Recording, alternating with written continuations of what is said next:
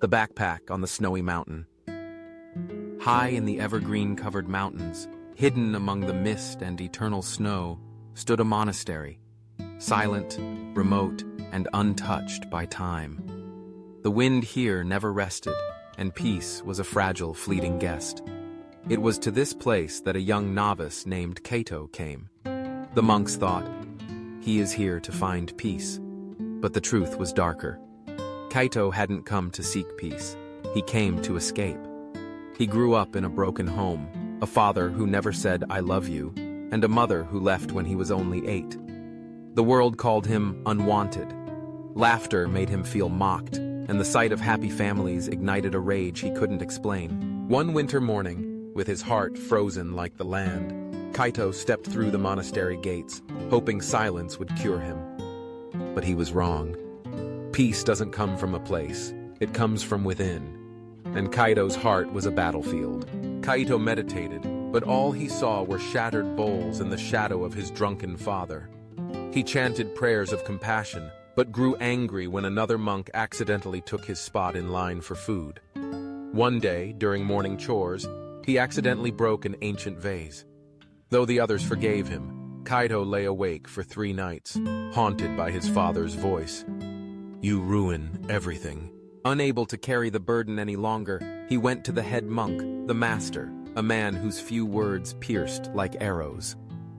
"Master," Kaito said with trembling breath, "I think I don't belong here. I feel broken. No matter what I do, I can't find peace."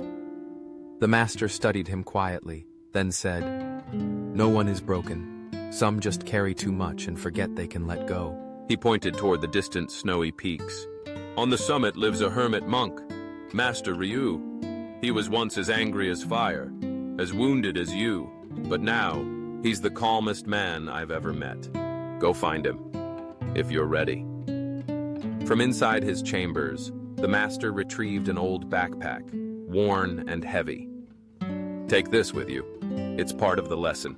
The next morning, Kaito began his journey. The backpack, though small, felt like it held boulders. Snow bit into his skin. Wind howled through narrow passes. He crossed a rotting bridge over a deep gorge, every step made harder by the weight pulling him backward. Along the way, he met an old woman bent under a bundle of firewood. "Why carry such a heavy pack, child?" she asked. "I was told to," Kaito replied. "Do you even know what's inside?" "No," she smiled gently. "Some burdens we carry our whole lives simply because we think we must." Her words echoed with every step he took after. On the 3rd day, a blizzard struck. Kaito found shelter behind a boulder where a middle-aged man was warming his hands over a small fire. They said little, but shared warmth in silence. As Kaito stood to leave, the man asked, "Where are you headed?" "To find a monk, a teacher." "With that pack?" "Yes, it's part of the journey." The man looked at him, eyes tired. "I carried one like that for 20 years. Inside were letters never sent, photos I couldn't burn, and my father's voice calling me worthless." He pointed toward the abyss. "I only learned to breathe again when I threw it into the gorge." At last, Kaito reached the icy cave near the peak.